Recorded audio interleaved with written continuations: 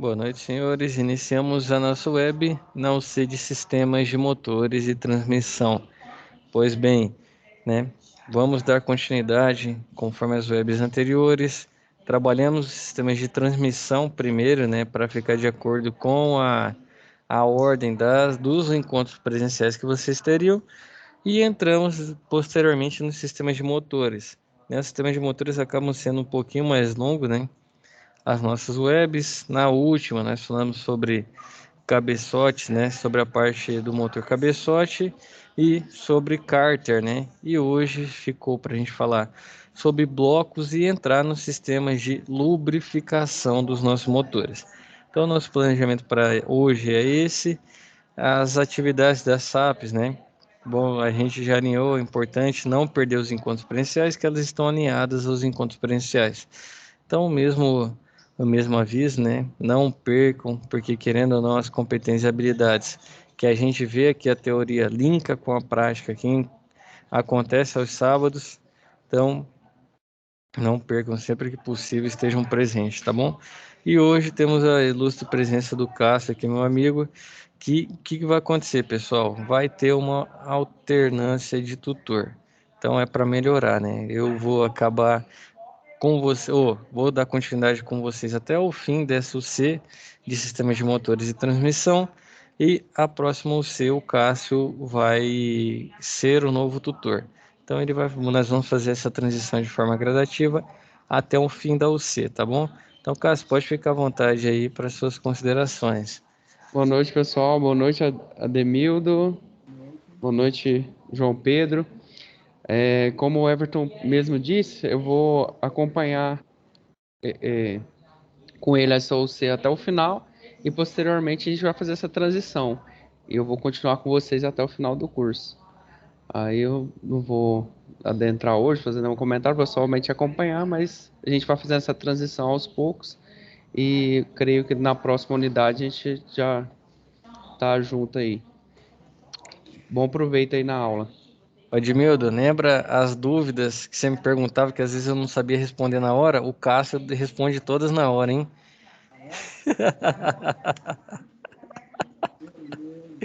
É uma enciclopédia humana, rapaz. Esse cabo aí, as Nada, mudanças não. são para melhor. Se eu pedir para você 5, 10 minutos para pensar, ele é 10 segundos. Exagero do Everton. Mas eu vou tentar contribuir o máximo aí com vocês e a gente aprender junto. Quebrar o gelo inicial, vamos dar continuidade, né? E aí vai ter essa alternância. Então, posteriormente, né, nas próximas vocês, pode ser que o Cássio já fique à frente da web aula. A gente vai alternando justamente para ele interagir com vocês, né? Fazer esse processo de integração e a coisa acontecer da forma mais fluida. Opa, ó o português indo embora, coisa, forma mais fluida possível, né? Então, para ninguém sentir de forma brusca essa alteração. Mas de qualquer forma, a gente tem bastante tempo junto ainda, né? Que a UC vai acabar só no próximo mês. E conforme o nosso cronograma, tem bastante coisa para a gente tratar. Então vamos lá? Tá aparecendo aí bem para vocês, Edmildo, João, Cássio? Tá nítido a imagem para vocês, os slides? Tá sim, tudo certo aqui. Show de bola. Então vamos lá, né? A gente falou sobre cabeçote, falou sobre cárter e ficou bloco. Então, né? O bloco é o motor propriamente dito. Essa afirmação aí é meio, como fala? Eu já não sou tão a favor dela, mas é que, de certa forma, onde estão as partes cruciais, né, para os nossos tempos e tudo mais. Mas o motor é o conjunto todo, né? Porque senão, querendo ou não, sem as outras partes não funcionaria legal. Mas como aqui, né, nosso material foi considerado, eu vou dar continuidade, né? O motor propriamente dito é no bloco que estão localizados os cilindros, pistões, bielas e árvore de manivelas. Além disso, o bloco ainda serve de interface para os principais subsistemas de um motor, tais como os sistemas de lubrificação e arrefecimento, por exemplo.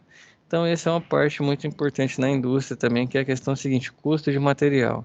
Então, cada vez mais estão buscando, né, materiais, ligas diferentes, para que diminua o custo, porque a linha de produção é gigantesca, né? Então, um bloco ele acaba necessariamente tendo, né, um grande volume, né, de material, esse material metálico para fazer a construção do mesmo, e isso afeta, né, o preço e tudo mais. Então é uma parte muito, como fala, que o pessoal busca bastante, né, sempre inovações e sempre estão mudando aí os tipos de materiais utilizados.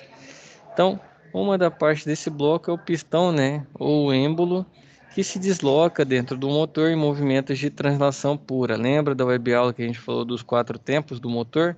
Então a gente falou de PMI, de PMS, então ponto morto superior, ponto morto inferior, entra muita questão do pistão na movimentação para fazer a potência e o torque que a gente deseja que sejam transmitidas às rodas, né?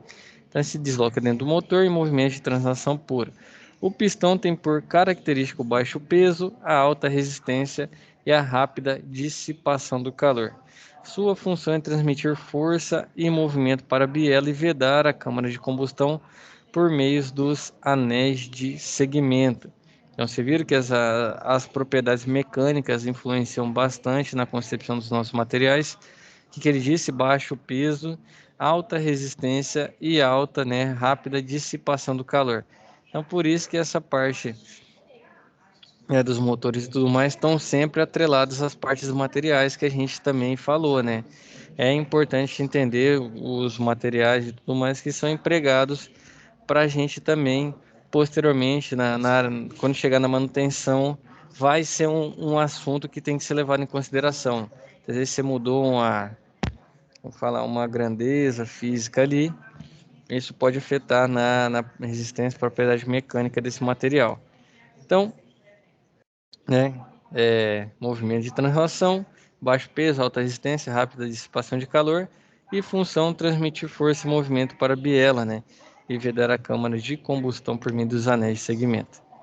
Então, o pistão conecta-se à biela por meio de um pino cilíndrico fabricado em aço especial. Aí já viu que vai mudando o material, cada vez mais tem diferentes materiais aí compondo o nosso sistema, né? Fabricado em aço especial com tratamento térmico para suportar o elevado desgaste proveniente das forças resultantes da combustão. Há 3 tipos principais de pinos do pistão. Tem o pino flutuante, né, que ele pode se deslocar livremente no orifício do êmbolo e da biela. Entretanto, são utilizados anéis elásticos para travar seu deslocamento transversal. Temos o pino semi-flutuante, que esse tipo de pino, né, tem seu deslocamento livre no pistão, mas por outro lado é preso na biela comumente por interferência mecânica. E temos o pino fixo, né, que esse pino é preso no próprio pistão por meio de parafusos, travas ou interferências mecânicas. Assim não possui movimento de rotação. Outro elemento, né, do nosso sistema são os anéis de segmento, né? Então, entre as laterais do pistão e as paredes do cilindro encontram-se os anéis de segmento. Eles têm a função de vedar a câmara de combustão pela parte inferior do bloco e são projetados para ter um diâmetro maior que o pistão. Então, um diâmetro maior que o pistão e vedar a câmara, né, na parte inferior do bloco.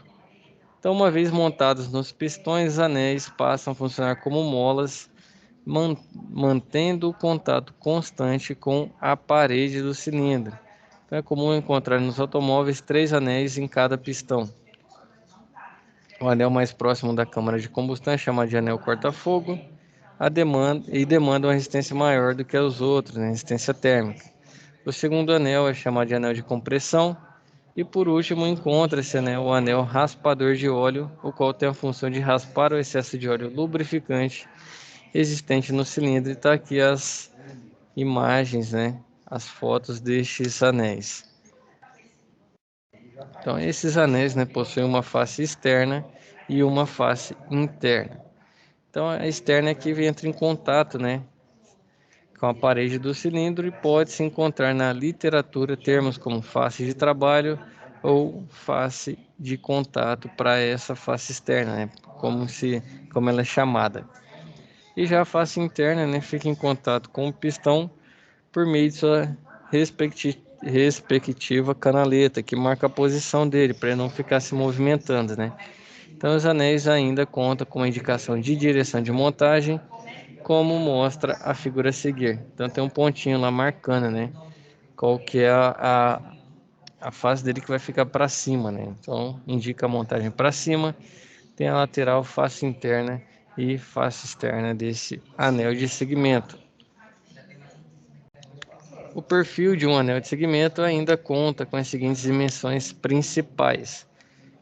Como que você vai fazer essa verificação, né? A altura, que é a medida entre a face superior e inferior do anel, né? Seria, dependendo, não, seria isso mesmo.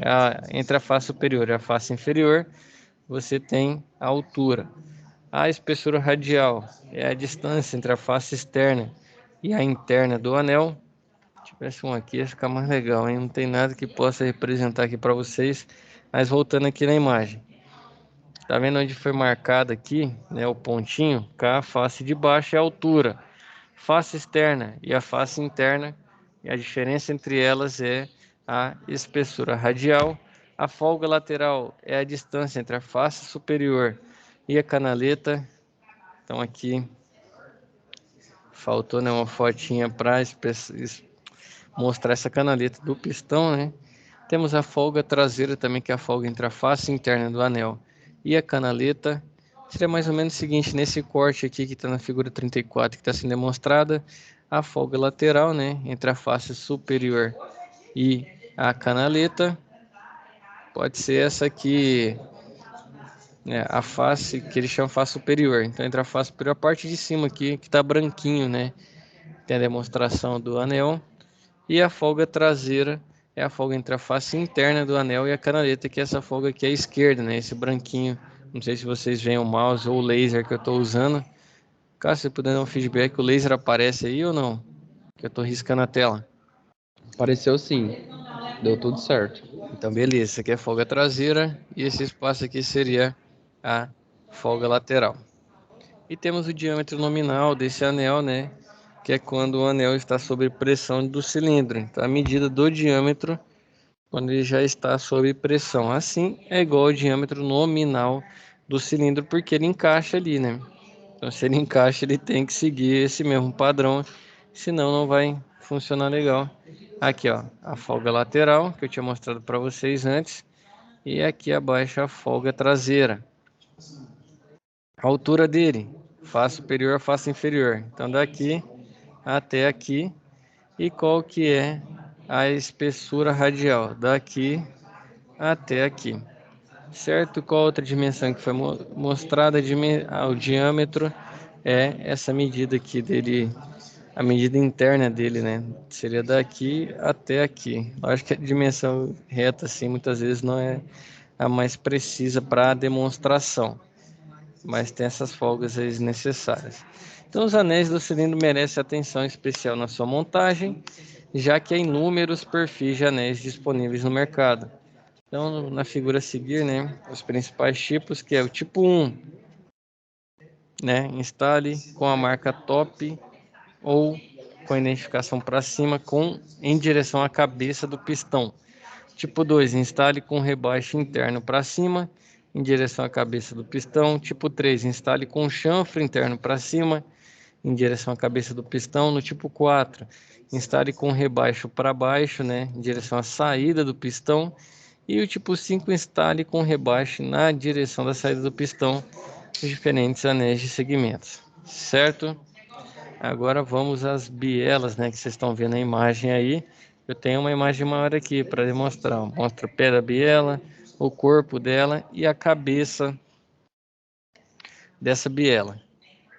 Então, né, o que é essa biela? É a biela que faz a ligação entre o pistão e o virabrequim. É este componente que transforma o movimento de translação pura do pistão em movimento rotativo do virabrequim.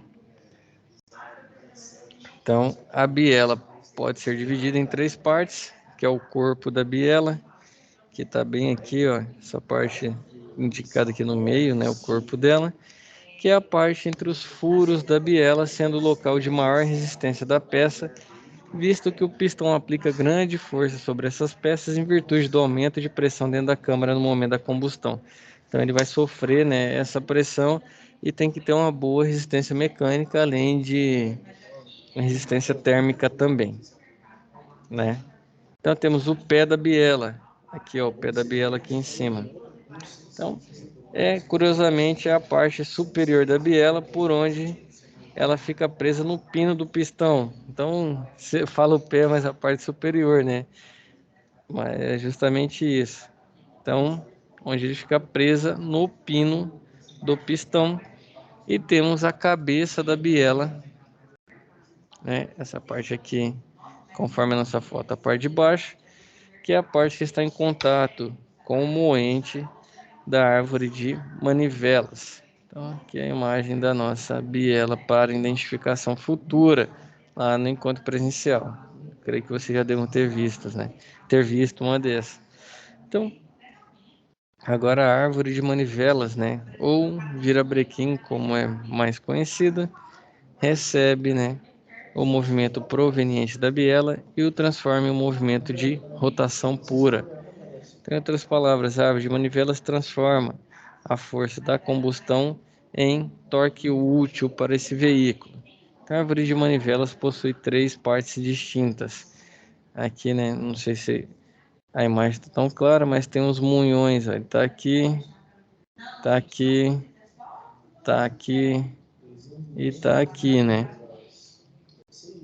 Esse munhão é a parte do virabrequim que é apoiado no bloco.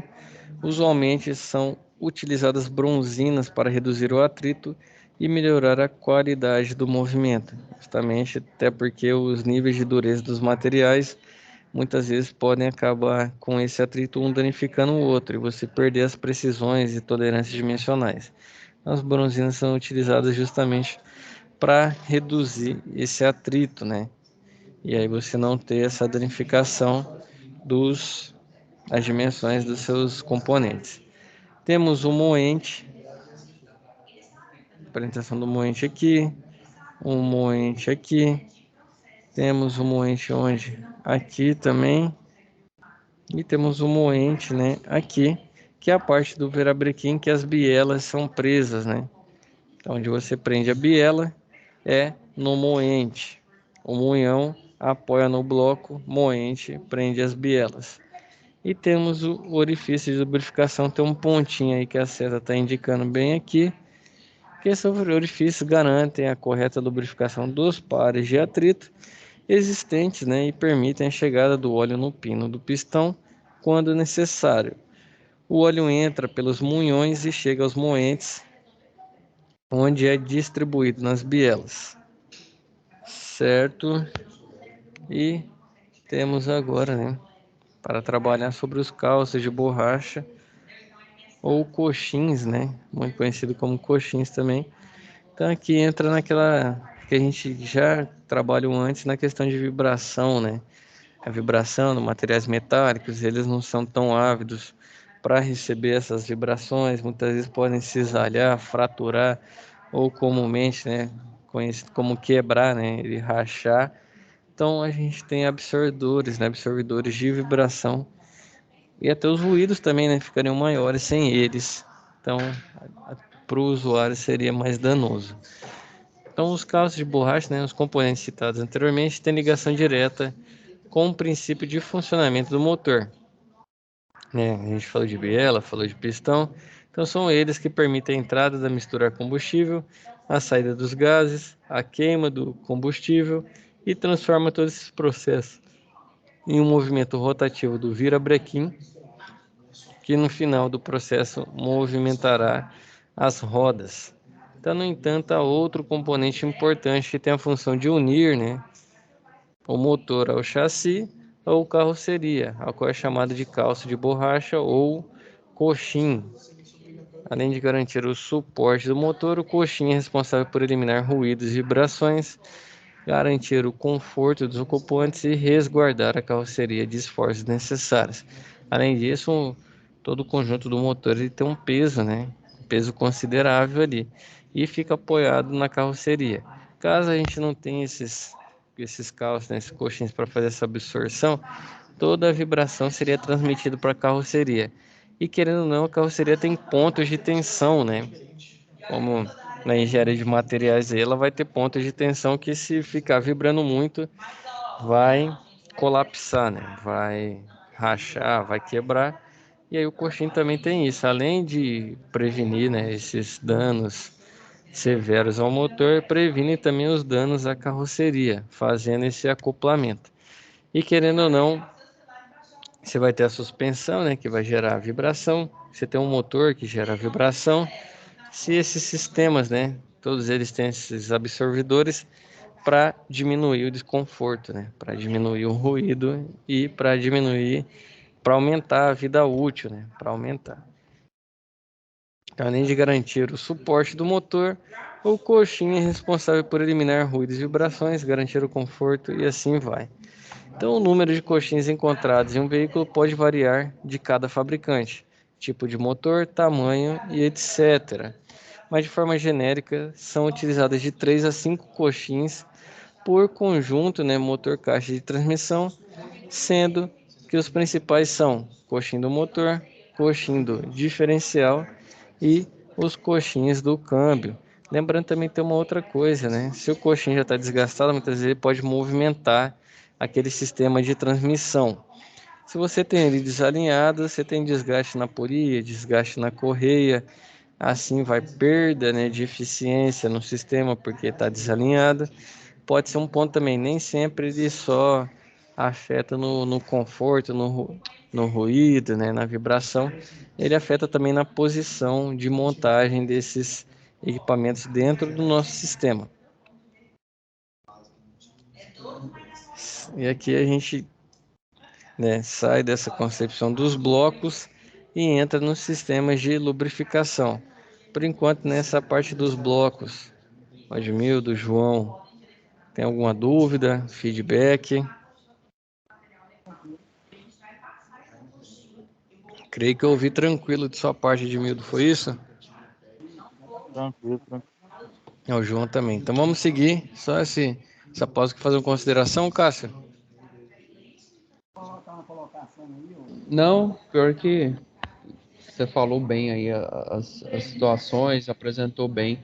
Até porque eu tô sem o slide aqui, eu ia fazer uma pontuação lá, mas depois a gente. Quer voltar? Ó? Posso voltar lá. Parte do motor, biela, anel de segmento. Porque eu não lembro agora, a gente continua depois, Fechado. Qualquer coisa, tá? a gente Aí volta aqui. quando for fazer uma pontuação, eu te peço. É porque eu Pode, esqueci de falar e.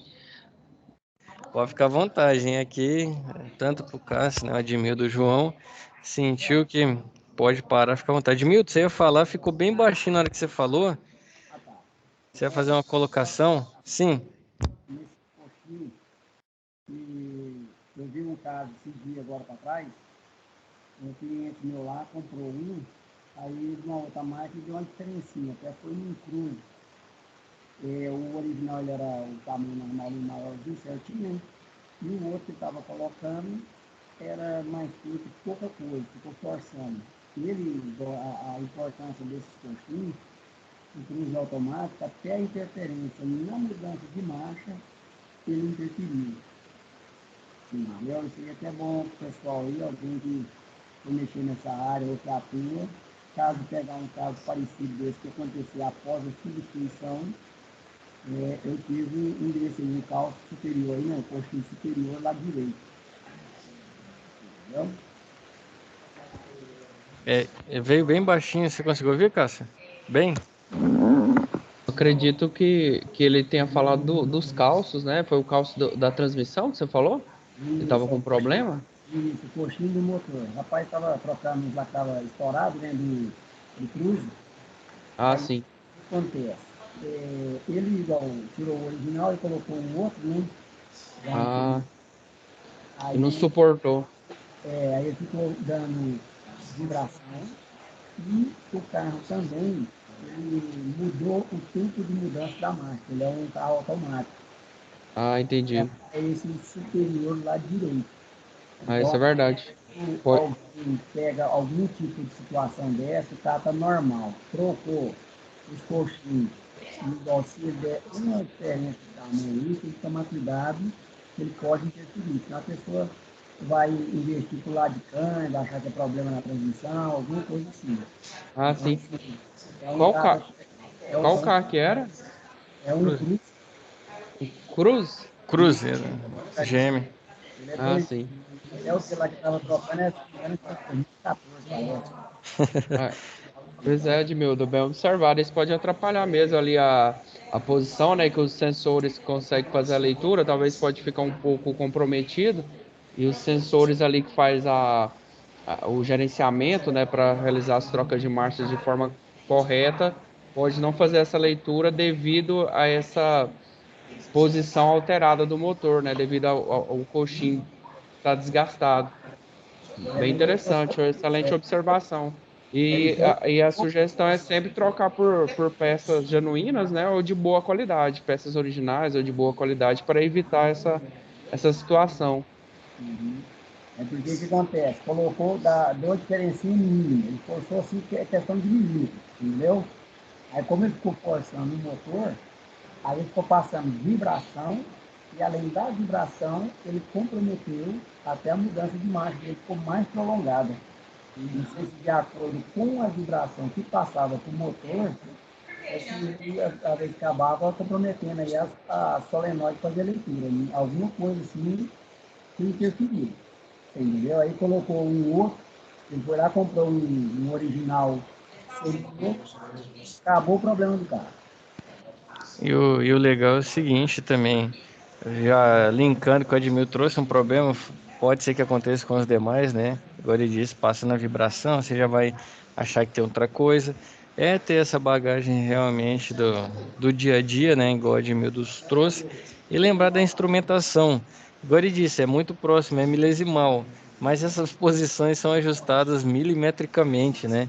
Então esse milésimo aí de centímetro, milésimo de metro, milímetro, o que for, né? Vai dar essa diferença igual ele trouxe. Então a gente fazer a utilização do micrômetro, fazer a utilização do paquímetro para bater essas medidas e ver se realmente é igual.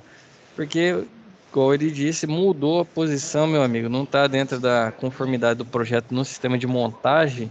Isso aí vai trazer algum desgaste. Pode ser que não traga, mas a chance de trazer é maior, né? Então, muitas vezes não vale a pena ali você realmente tentar resolver com algo que está muito próximo, mas depois acaba causando, né? Igual essa vibração aí vai causar um dano em outra parte, Jimmy, pode ter certeza, né? Infelizmente. O senhor vai falar? Não, estou concordando, exatamente, isso É, mesmo. então assim, usar o advento do nosso paquímetro do micrômetro aí para conferir essas medidas vai nos trazer uma maior confiabilidade no nosso serviço. Certo? Show de bola, Edmildo. Show de bola, Cássio. Você viu, Edmildo? Na resposta do Cássio é na hora, né? 5 segundos ali o HD dele traz. Exagerado ele. Vai na onda dele não, é Edmildo. Mas vamos lá, hein? Vamos seguir aqui no nosso sistema de lubrificação. Como a Web 50, não vou conseguir trazer todos, né? Mas vai ser importante a gente começar, pausa na próxima, continua nele e muda para um outro sistema, porque não dá para perder esses 15, no caso aqui a gente tem ainda 15 minutos preciosos, né? Então vamos lá, que o nosso sistema é comprido, né? Então, o nosso sistema de lubrificação, aí ele traz essa introdução, né? São diversas peças metálicas em movimento relativo, movimento entre elas, né? Que a gente acabou de ver ali, temos a face de contato e tudo mais, então tudo isso afeta, né? Então, se essas peças trabalhar a seco, a gente já sabe que o atrito entre um metal e outro de menor dureza vai levar a pior e vai desbastar, né? Ele vai perder, sofrer uma deformação mecânica, perder a sua precisão dimensional e aí ele perde a função, né? Ainda mais se for pressão, ali já foi, né? Você não vai ter mais o sistema fazendo, gerando, no caso o torque, a potência necessária que ele foi projetado. Então, vocês trabalhando a seco, né, com contato direto entre si, o motor teria uma durabilidade baixíssima, já que o desgaste seria muito alto. Mas com um motor desse sem lubrificação, ele não vai durar ali Tem que ter metais mais macios, né? Você me fala quanto, cara? Será que dura o cara rodando todo dia um mês? Dura não, né? Você fala sem óleo Sem ou com lubrificação, é sem lubrificação é horas, né? De motor fundido. horas, né?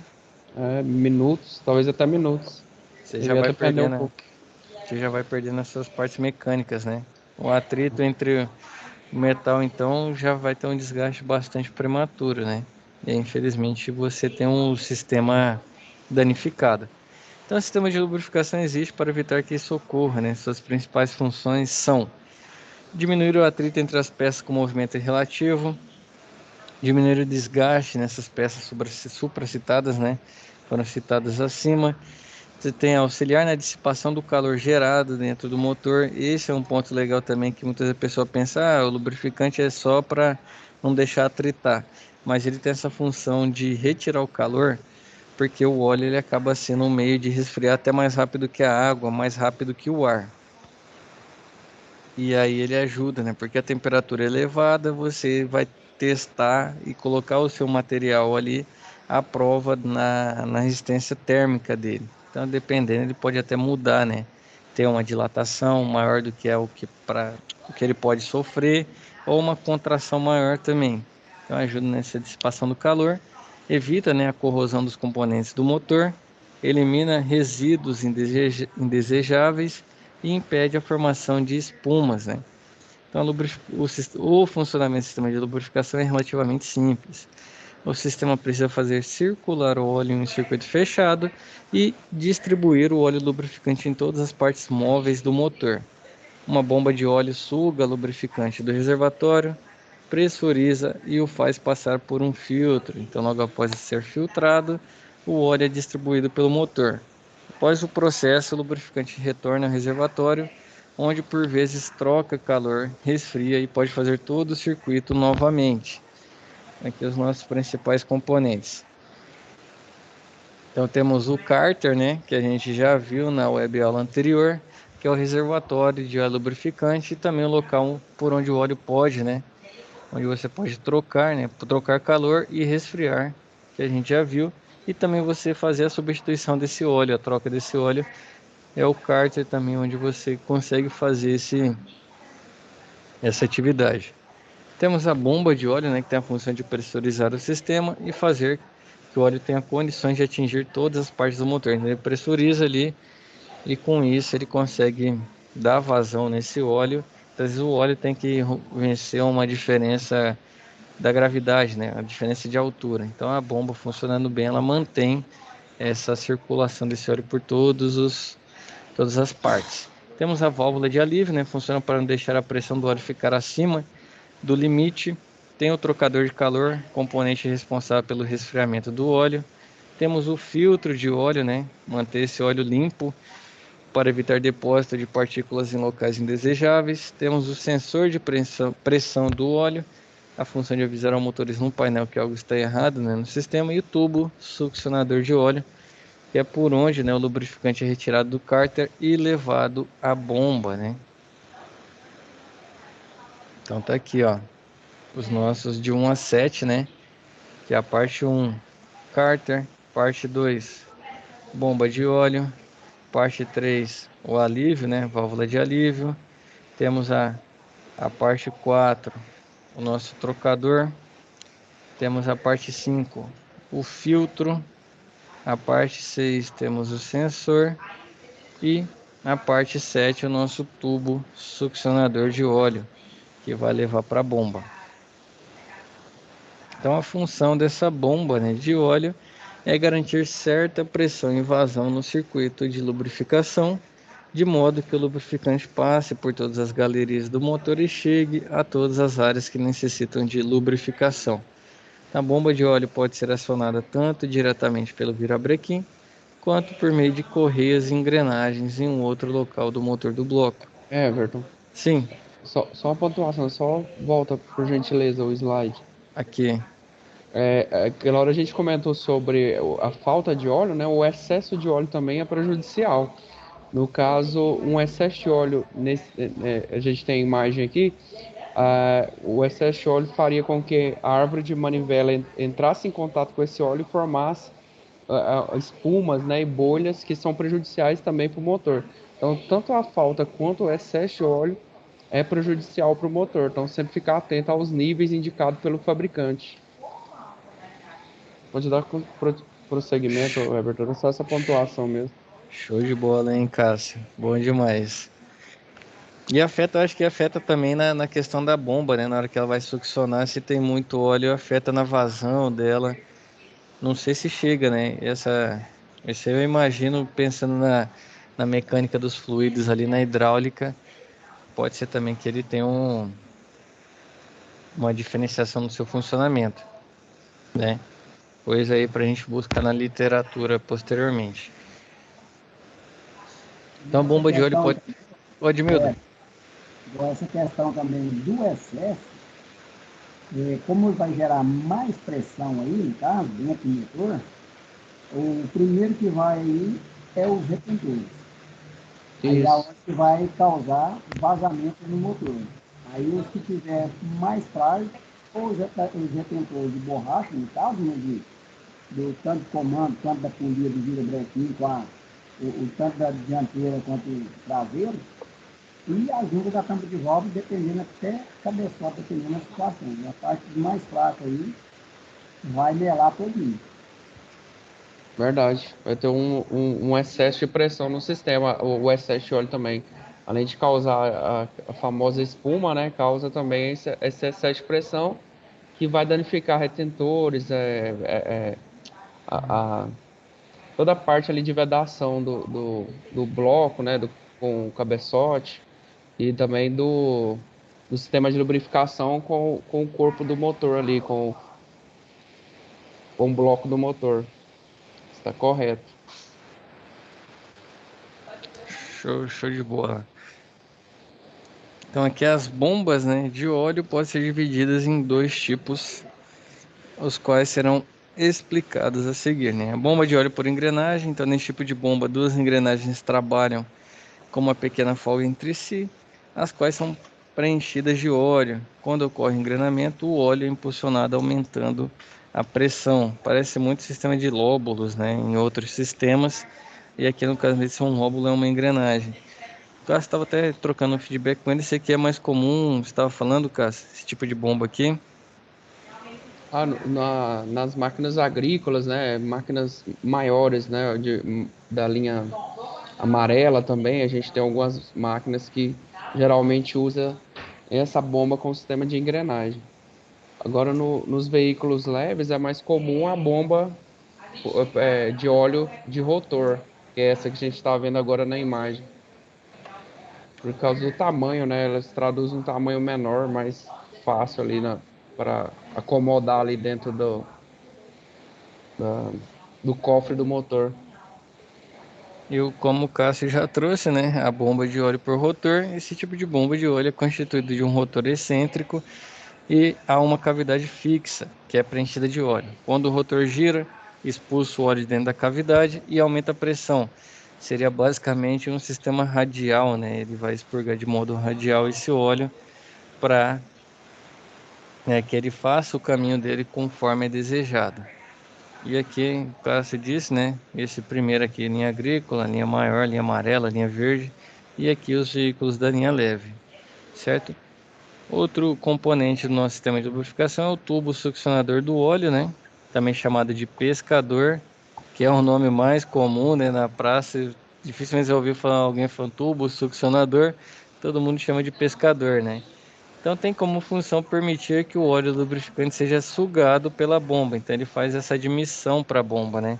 Então na extremidade de entrada do óleo pode-se encontrar uma peneira. E aqui está a fotinha desse pescador acoplado aqui justamente na bomba de óleo por rotor, né? Que é foi o nosso segundo tipo de bomba. Então outro componente é o filtro, né? Esse filtro tem por função manter o óleo limpo para circular dentro do motor. Então, para isso, ele retém as partículas metálicas provenientes do desgaste natural dos componentes e outras eventuais. Segundo, e outras eventuais partículas que se encontram no circuito de lubrificação. Então, o filtro de óleo é constituído de uma carcaça externa metálica que oferece grande resistência a pressões internas. Internamente, pode-se encontrar o elemento filtrante, que é fabricado de um papel especialmente tratado, resinado, corrugado e plissado homogeneamente para produzir uma grande eficiência na retenção dos contaminantes. Então é interessante que ele retenha os contaminantes, mas que ele também não seja uma barreira, né, para ter uma perda de carga muito grande no sistema de bombeamento desse óleo.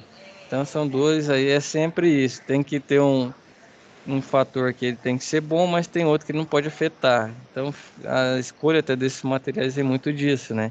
Então também não pode ser como fala, uma barreira para perca de carga, né? Então o filtro de óleo geralmente conta com uma válvula de retenção e uma válvula de segurança. A válvula de retenção, né, impede que o óleo volte ao cárter quando o motor foi desligado.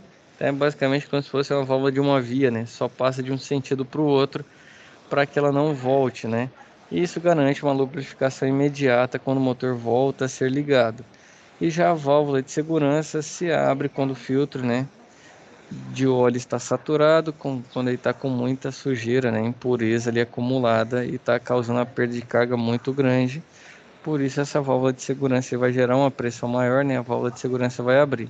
Então, para que o motor não fique sem lubrificação, a válvula de segurança abre e o óleo passa, né, pelo filtro sem ser filtrado. E aí você tem um grande risco, né? Um risco maior, mas ela abre justamente para não pressurizar, e se pressuriza, infelizmente explode, né? Vai causar aí um dano maior ao sistema, ou se ele tenta passar antes da pressão, vai reter o óleo aqui e o sistema de lubrificação vai diminuir o seu volume, né, depois do filtro. E além disso temos o sensor, né, o sensor de pressão de óleo, que é a indicação, né, indica alguma anomalia na pressão desse óleo. Então o sensor de pressão do óleo tem por função, né, indicar a pressão do óleo lubrificante e avisar ao condutor uma eventual anomalia. Para isso, o sensor de pressão comunica-se com o painel de instrumentos por meio de um símbolo universal, né? Infelizmente, algumas montadoras aí tem muitas vezes esse símbolozinho aparecendo por mais vezes, né? A gente não cita nome aqui, mas infelizmente esse símbolo é terror para muita gente aí, né? No sistema de lubrificação. Então esse sensor, né, mede a pressão do óleo por meio de um diafragma de metal. Uma variação na pressão do óleo causa uma deformação proporcional no diagrama, o qual acionará a luz indicadora no painel se a pressão ultrapassar os limites projetados pela fabricante do veículo. Então tá aqui, ó, o funcionamento do sensor. Ele tem um sinal, né, para a luz indicadora no painel, ponto de contato, as molas e o diafragma, medindo essa pressão do óleo atuante no sistema. Alguma anomalia, ele vem nesse ponto de contato, fecha o contato, fechou o contato, ele passa sinal. Passou o sinal, ele vai lá no painelzinho acender essa luz. Essa luz aqui, como fala, que é um terror para muita gente, né? Então a entrada de óleo e vai ter o ponto para verificação. É uma espécie de um manômetro, né? Justamente para pegar esse status da pressão desse óleo. E mais um componente é o jet cooler, né? Que são componentes que têm por objetivo aspergir óleo lubrificante sobre pressão logo abaixo dos pistões. Isso ajuda a dissipar o alto calor gerado na câmara de combustão no momento da queima dos gases. Geralmente os jet coolers estão localizados no bloco do motor, próximos aos cilindros, onde é possível ter acesso à parte inferior do pistão. Então, pessoal, esse sistema é mais longo que isso, né? Mas conforme planejado e com pontualidade inglesa, né? Às 20h50 a gente chega conforme o nosso planejamento aí. Nem eu imaginava que ia ser tão pontual. Admildo, João, tem alguma dúvida aí com relação ao sistema de lubrificação? Ou ficou alguma dúvida anterior ali na hora que a gente falou sobre os blocos? Pode ficar à vontade. não, até o momento não. Eu teve uma queda de energia aqui, eu fiquei sem internet. Bom demais que você voltou, né? É isso aí. Tem gente que cai a energia e vai embora, não volta mais, né? Fico feliz que você tenha voltado, João. E nas de presente, cara, às vezes, tanto corrido, não dá tempo de eu assistir a aula. É bom demais quando você tem a oportunidade que você vem e troca figura com a gente, né? Troca experiência. É o ponto que eu mais gosto aqui dentro das web aulas é aprender, né? O Admildo aqui, você vem, você prepara e vem alguém com uma experiência maior e te completa, né? Traz uma informação legal, igual ele disse ali do coxinha, a diferença milesimal, uma diferença milimétrica, né? Vai afetar ali na vibração, você vai achar que tem coisa danificada. É um problema que um outro colega pode passar essa semana mesmo aí, né? Troca do coxinho não veio conforme a especificação técnica e aí ele acha que o sistema, o serviço dele foi mal feito, aí ele tem que atender garantia e o cliente fica voltando e o gasto dele no fim, em vez dele ter um lucro com o serviço, ele acaba tendo um prejuízo, né? Então são pequenas coisas aí que a gente às vezes passa despercebido e causa um transtorno maior. Show de bola que você voltou também, isso aí. Tem que ter, como fala, resiliência, né? E na prática é bom utilizar peças de excelente qualidade, né? Ou pelo menos com uma certa aprovação e especificações próximas com, com as que o fabricante pedem, né, para instalar. E se o cliente muitas vezes, eu sei que muitas vezes ele chega com a peça também, né, para a gente instalar, mas é bom a gente recusar porque isso dá retorno, isso causa um desgaste maior do que instalar a peça ali muitas vezes para atender ele. Então fica uma pontuação aí também. Esse ponto de peça é complicado mesmo, né? Que tem muito cliente que. Foi até a pauta da web anterior, não com essa turma, com a turma, com outra turma que está iniciando agora, que é a questão da confiabilidade, né? É um diferencial no mercado a gente prestar serviço, né? Ainda mais na nossa área, que realmente você pediu para trocar a peça que você troque, né? Então, infelizmente, a gente sabe de inúmeros casos aí que acontece na praça de gente que não troca, mas ninguém é aluno do Senai que faz isso, tá? Então, o aluno do Senai tem essa, essa garantia, essa confiabilidade de realmente realizar as substituições. E aí, como o Cássio disse, né? Se você tiver tempo ou tiver um departamento, instrumentação, você conferir essas medidas, né?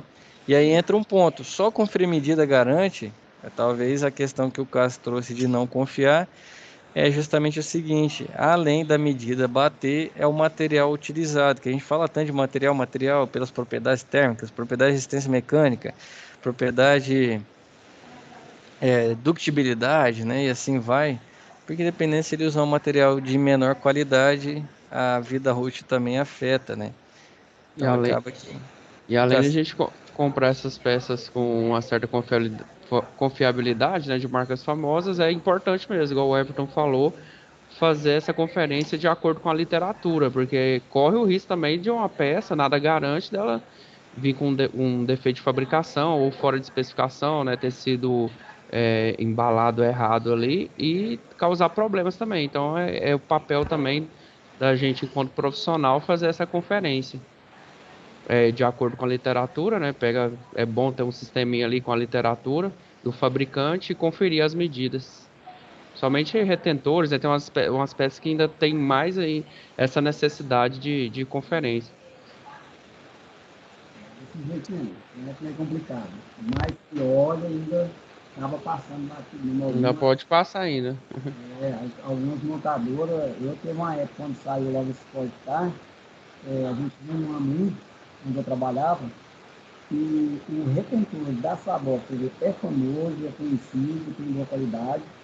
O Sabor no 3 cilindros, no Ford, não funcionava, derramava óleo. Nós teve que voltar o retentor velho original, porque não estava achando ele, colocou o velho e acabou o vazamento.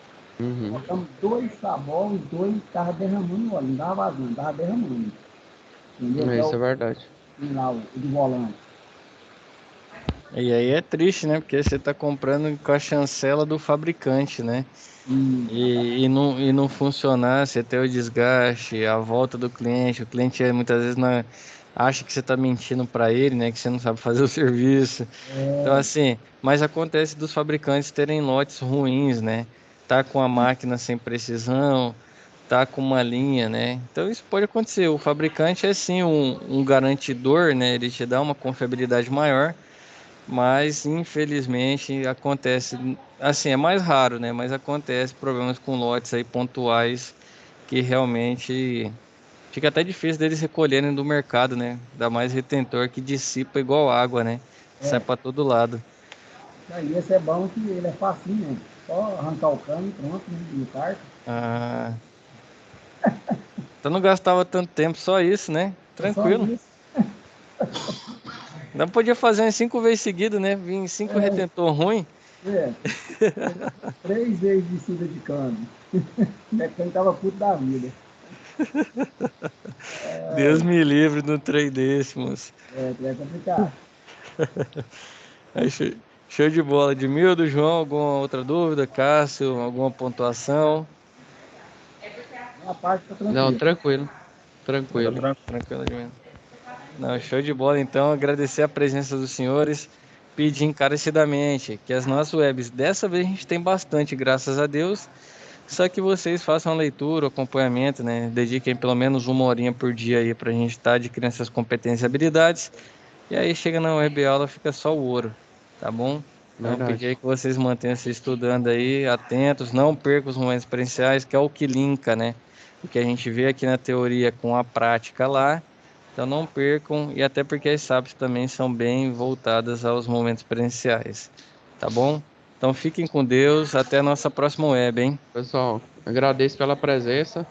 Espero vocês na próxima aula e pode contar comigo aí para Aí, qualquer dúvida. Pode através do chat, eu vou deixar meu contato também. Qualquer dúvida, estou à disposição. agradeço. Até mais. Com Deus, hein? Bons Até mais. estudos. Bom resto de semana. Obrigado, você também.